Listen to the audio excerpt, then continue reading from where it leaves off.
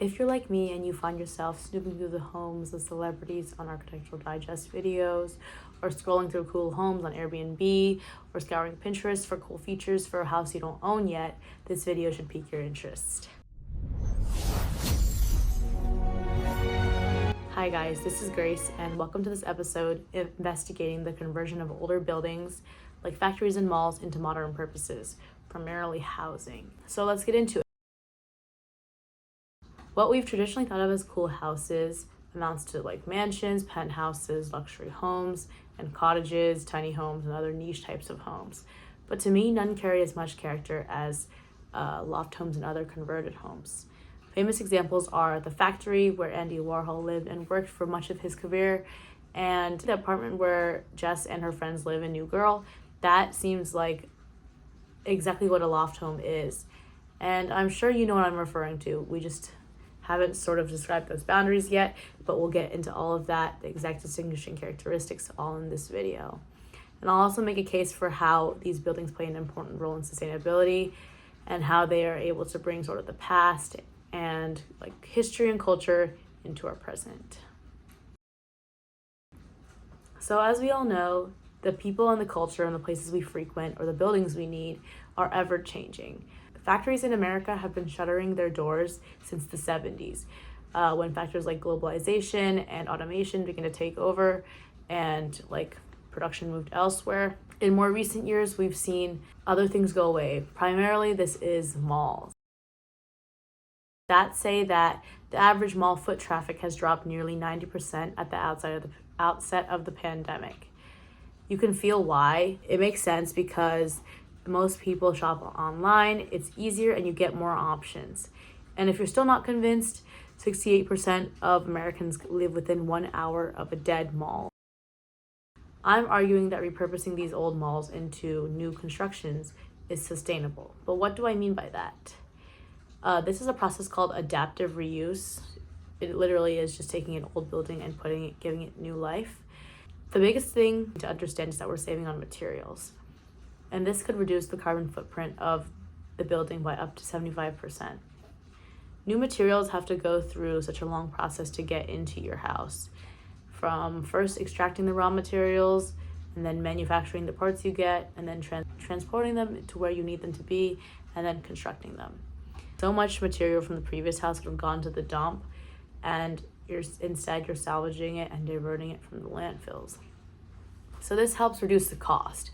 Stats say that new buildings generally cost $600 to $700 per square foot, while a conversion is closer to $300 to $400 per square foot. And this is for New York specifically, but I imagine it generally applies wherever your house is built, because not only do you save on materials, your site is also prepared. It's not like a plot of random land anywhere.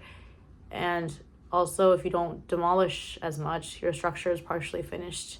And then on top of that, if you're conserving a historical building or making a sustainable LEED certified building, you get tax incentives. So when we choose adaptive reuse, we're not just preserving a building, we're preserving a piece of our planet, saving vast amounts of carbon and cutting down construction waste and achieving significant cost and time savings compared to tearing down and rebuilding from scratch. If the building was ugly, it's got a new face and can attract new value and new life into the area. If it was beautiful before, hopefully that beauty has been reinforced and the building is able to continue standing. It's a win-win-win for the environment, the economy, and our communities. And especially you if you live there.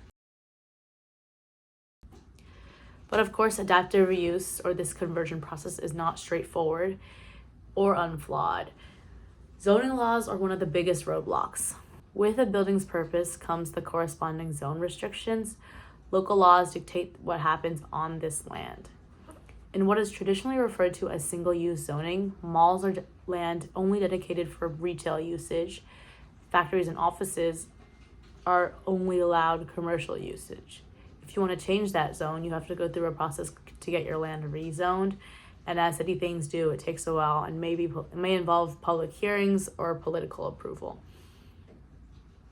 Even if you don't have to go through that rezoning process, if the zone is right, zoning still comes with a lot of restrictions. There's height restrictions, there's parking restrictions, and limitations on the number of units a plot can have. Local laws also have building codes, which dictate requirements for things like natural light, ventilation, fire safety, accessibility, all of which differ between residential and commercial units and sort of compound on the structural challenges already built into the conversion, like plumbing, electricity, mechanical things, systems that might be outdated that are going to have to be switched. I know it's a lot to hear about, so we'll walk through some specific examples of buildings that have already been converted and see examples of these hurdles, and as well as some of the beauty and benefits of these structures. The Arcade Mall in Providence, Rhode Island, what has been described as the oldest mall in America, is, as of 10 years ago, 48 affordable micro lofts and retail spaces on the first floor. As America's oldest indoor shopping mall, it is a national historical landmark and had to be carefully preserved in the conversion process. In the new units, these restrictions look like a new smoke exhaust system, a new sprinkler system, as well as the biggest restriction being that no stoves were allowed in this space. So all the units do not have open flames. You can use microwaves, you can use toaster ovens, but you cannot use an open flame. The building's original Greek Revival architecture, including the columns and skylight atrium, were preserved. But again, this structure provided a barrier where the housing units would get too hot because of the sunlight exposure, so they had to temper that glass in order to make it livable. And it's been thriving as a mixed-use environment since its conversion. This mall, which has been around for like 150 years, is now revitalized, and there was a long wait list to move in, and the units have been basically constantly filled since they opened up. A little bit more on the history of the arcade.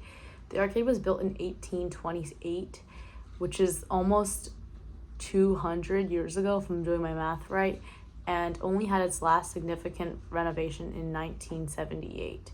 So 1978, which was maybe 50 years ago, those systems of like HVAC, of plumbing, and of electricity would all be outdated and would need to be redone. There's not much detail on these renovations because they're like all in the depths of engineers' drawings, which often aren't released to the public, but you can imagine the work that it takes to convert a 50-year-old building / 200-year-old building into a modern day livable living space. HVAC upgrades would include new pipes, new drainage systems, new hot water systems, a separate boiler for each apartment, and then also ventilation for bathrooms and kitchens, which a commercial space wouldn't have needed. Electrical updates would include a new main, new electrical panels, new wirings for lights or whatever, and new lighting systems, as well as low voltage systems, sort of like internet and other electrical modern day needs. This might be one of the oldest buildings that we're gonna explore, and likely everything had to be replaced because of how old it was. And now it has been transformed into a safe, efficient, and comfortable residential living space, which adheres to modern building and fire codes. This example sort of illustrates the mechanical and like physical challenges in converting a building, and next we'll get into the zoning challenges. Another exciting example of adaptive reuse is the High Line in New York City. The High Line used to be an elevated freight rail line built in the 1930s to transport goods into the city, and it initially solved the issue of deaths by railway accident. As time went on, interstate trucking became more popular and rail traffic became less popular. The last train ran in the 1980s, or in 1980. After 1980, when the last train ran, it was left as an abandoned track and began to grow wildflowers and other natural things of natural beauty. And two friends founded the Friends of the High Line. It was a collective that advocated for the wild beauty of the High Line in sort of a city that was so so artificial and built, this group began a design competition in the early 2000s. And once celebrities and the mayor jumped on board, it became a big project to transform the railway into a living system. So with all this public support and the public call for proposals, the new High Line was designed around tenets of agritecture, blending in horticulture and architecture. Technically speaking, even though the structure was super robust because it was built for freight trains, they had to remove a lot of the tracks and like gravel, soil, and debris to make space for sort of a new, better elevated living space. They also did a lot of concrete repair and waterproofing in order to beautify the space. In terms of infrastructure, they had to add drainage systems to keep it to make it structurally sound for plants to grow and for it to be outside all the time. And they added irrigation systems and electrical systems and other park amenities. Paving teams then had to come to introduce new paths, and planting teams had to come to plant all the plants you see today.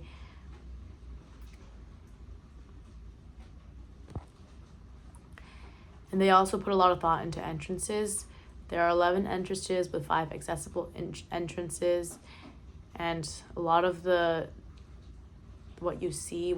features are custom designed. For example, the benches and like public art installations.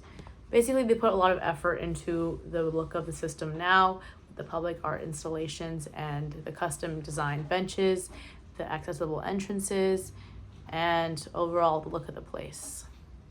The success of the High Line not only lies in its conversion of like a derelict track into a usable public park space, but it also shows the power of the community.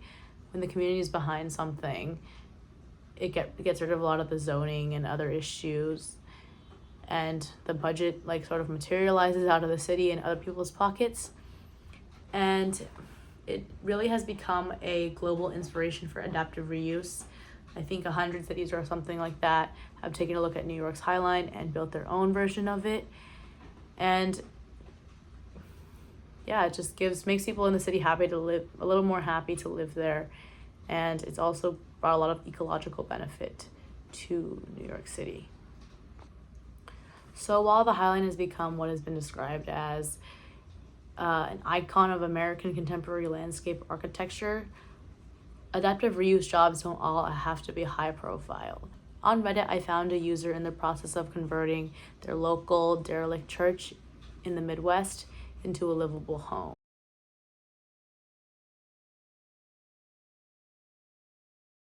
So adaptive reuse can be put into practice anywhere. But for a more local examples, there's the Edison Power Plant conversion currently being done or worked on in South Boston. So the Edison Power Plant, it's in South Boston at 776 Summer Street. It was built in the very beginning of the 1900s, and it generated electricity for Boston and the surrounding areas. It was a coal-powered station, and it indicates the era's reliance on fossil fuels for urban power. It was designed as sort of a standout building. It was built in the Romanesque Revival style with imposing scale and distinctive smokestacks. It ceased operation at the end of the 20th century when coal-powered power plants became obsolete. So the conversion has been in process, but it's still in the early stages of that conversion process.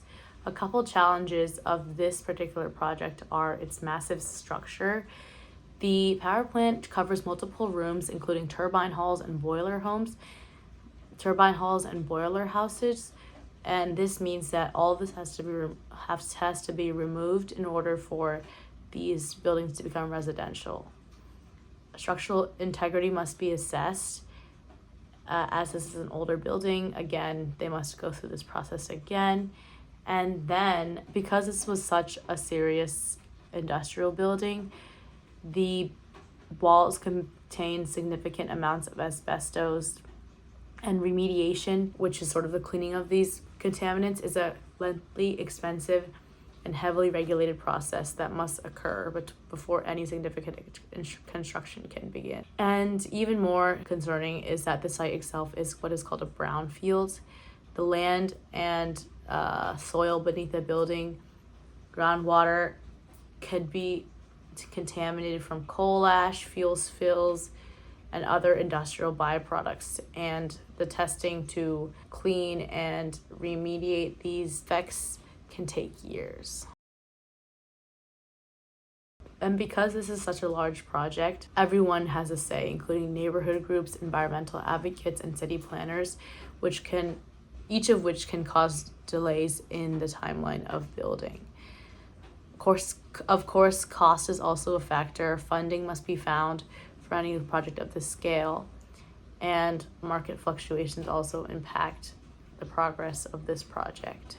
So currently, Hilco Redevelopment Partners has vision to create a mixed-use campus, and it has gone through several iterations of public review and BPDA filings. It includes 636 residential units, and this will be a mix of market rate and affordable housing, and there will be commercial, residential, and retail space in accordance with the new trends towards mixed-use buildings. Another reason why nothing has been built yet is because, unlike simple demolition, this building requires a deconstruction phase. This process has taken 3 years, which is where they have carefully and systematically deconstructed over 1.25 million square feet of defunct structures and recycling over 26,000 tons of steel, and it is super involved and difficult. Another sort of unique kink in this process is that it's a waterfront site in South Boston, which means the project must incorporate robust flood mitigation efforts, including seawall reconstruction and elevating low-lying areas. So they're trying to make sure that what is happening in Cape Cod, where houses are getting washed away by the ocean, doesn't happen here in this new construction. As of right now, the Boston Planning Development Agency, BPDA, and the zoning board have both approved the plans for this building. The deconstruction phase is also complete, and the next phase and groundbreaking are planned to happen in the next year or two. I think it's pretty easy to see how these converted buildings carry their own charm and character, and how we have to keep pushing to create these unique style of buildings. They offer endless environmental and economic benefits, as well as making the city more beautiful. Not to mention, these old buildings sort of like give you a glimpse into history and tell you what the area you're living in now looked like before you got there. And if you have any repurposed buildings in your area, I'd love to hear about them and share them if you can. Thanks for watching, and tune in for the next episode of my podcast when it comes out.